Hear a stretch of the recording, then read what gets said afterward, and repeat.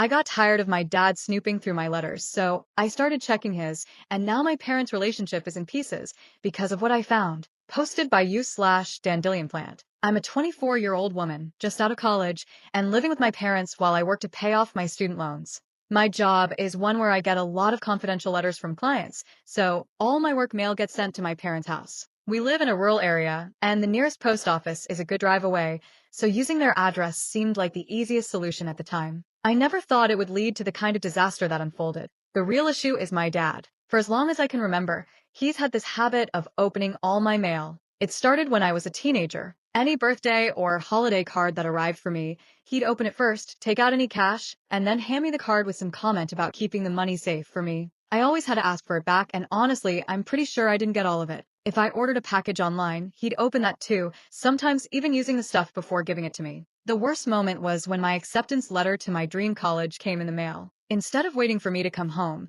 my dad opened it himself and called me at work to congratulate me. That was supposed to be a special moment for me, and it felt like he took it away. I brought it up with my mom more than once, telling her how uncomfortable it made me. She always promised to talk to him, and he'd apologize and maybe stop for a week or two, but then he'd go right back to opening my mail. When I started working, I explained to him that my mail was now confidential and, in some cases, legally protected. He said he understood, but nothing changed. It felt like he just didn't respect my boundaries, no matter how many times I asked. A few weeks ago, things came to a head. My dad came into my room and handed me a stack of opened envelopes from my clients. He even tried to start a conversation about what was inside, which made me so uncomfortable I just ignored him until he left. After work, I finally lost it. I yelled at him for violating client confidentiality, and he got defensive, insisting that as long as I lived under his roof, any mail sent there was his to read. That was it for me. I was done trying to reason with him. The next week, I decided to get petty. I went to the mailbox before he could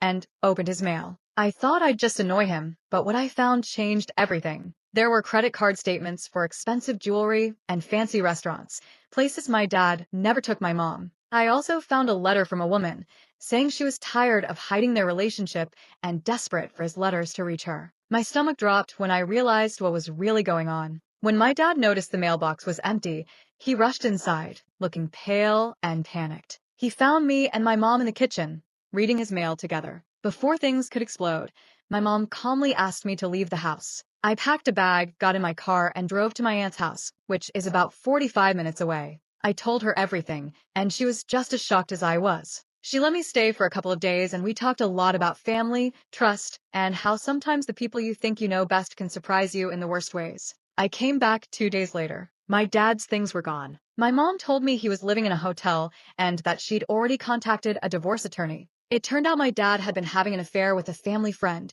and they'd been hiding it by sending handwritten letters to avoid leaving a digital trail. My dad even showed my mom a stash of letters he'd kept, and she photographed every single one before asking him to leave. I felt so guilty. What started as petty revenge had exposed my parents' entire marriage. I could hear my mom crying every night, and it broke my heart. I kept thinking, if I hadn't opened his mail, would they still be together? Would my mom still be happy? My dad never apologized for opening my mail. Instead, he left me voicemails blaming me for everything, then switched to crying and begging to still be my dad. I didn't know how to respond, so I just ignored him. My younger sister, Rachel, who's 20, was also struggling with everything, and we leaned on each other a lot during those first weeks. First update. A few weeks after everything blew up, I did my best to support my mom as she dealt with lawyers and my dad's constant attempts to get her to forgive him. She kept spiraling between wanting to forgive him and wishing she'd never met him. I told her honestly that she shouldn't take back a cheater. She did everything for him and deserved better.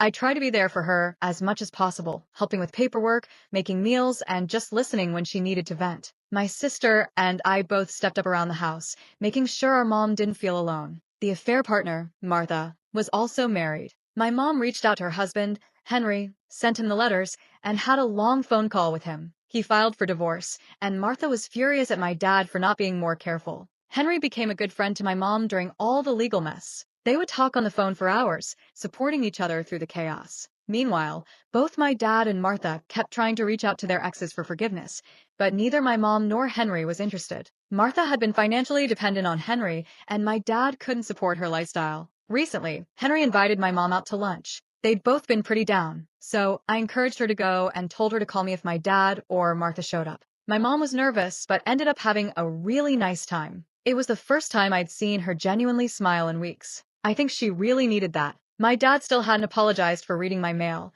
He just blamed me, cried, and tried to guilt me. I kept my distance and focused on being there for my mom and my sister, who was also dealing with her own feelings about everything. I also started to wonder about all those years my dad kept my money safe. I remembered how, as a kid, I'd get birthday cards with $100 from relatives, but as I got older, the money in the cards shrank to $20 or $40. I suspected my dad had been skimming some of my gift money for years, maybe even using it to fund his affair. I planned to call my aunts and uncles to ask what they'd actually sent me over the years. It was another layer of betrayal I hadn't expected, and it made me question a lot about my relationship with my dad growing up. Final update 1 year later. It's now been a full year since everything happened, and so much has changed. A few months after the divorce, my mom sat down with me and my younger sister, Rachel, to talk about her interest in dating Henry. We were both genuinely happy for her. They've now been together almost a year, and I've never seen my mom so happy. Henry treats her with so much respect and care.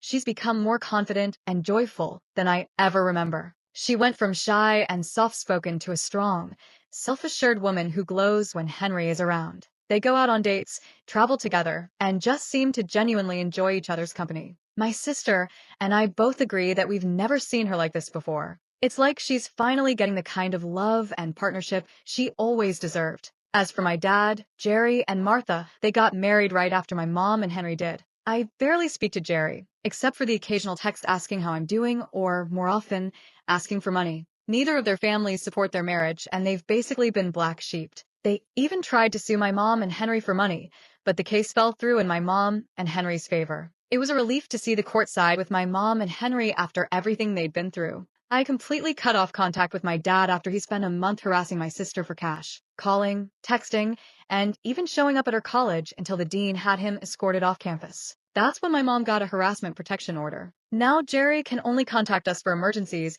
and we haven't heard from him since. It's been a huge relief for both me and my sister to have that boundary in place. My sister's doing better now, focusing on her studies and her own life, but it took a while for her to feel safe again. Martha didn't stop, though. Turns out, the reason Jerry was desperate for money was because Martha was pregnant and wanted expensive everything. She started harassing my sister too, even showing up at our door demanding to talk to Henry about how he left her with nothing. Henry calmly told her she had no right to complain after cheating on him despite everything he'd given her. Martha made a huge scene, even faking her water breaking with a water bottle. The police escorted her to the hospital, and we were able to show them everything thanks to our Ring doorbell footage. After that, things finally started to quiet down. Martha and Jerry have basically isolated themselves, and I don't see either of them being part of our lives again. Looking back, I'm grateful for the support from everyone who listened to my story and offered advice. My mom is happier than ever. My sister and I are closer, and we've built a new sense of family together. I've learned a lot about boundaries, trust, and the importance of standing up for yourself, even when it's uncomfortable. I hope no one else ever has to go through this kind of mess, but if you do, know that it's not your fault for uncovering the truth. Sometimes, the truth is the only way forward, even if it hurts at first. And sometimes, things really do get better, even after everything falls apart.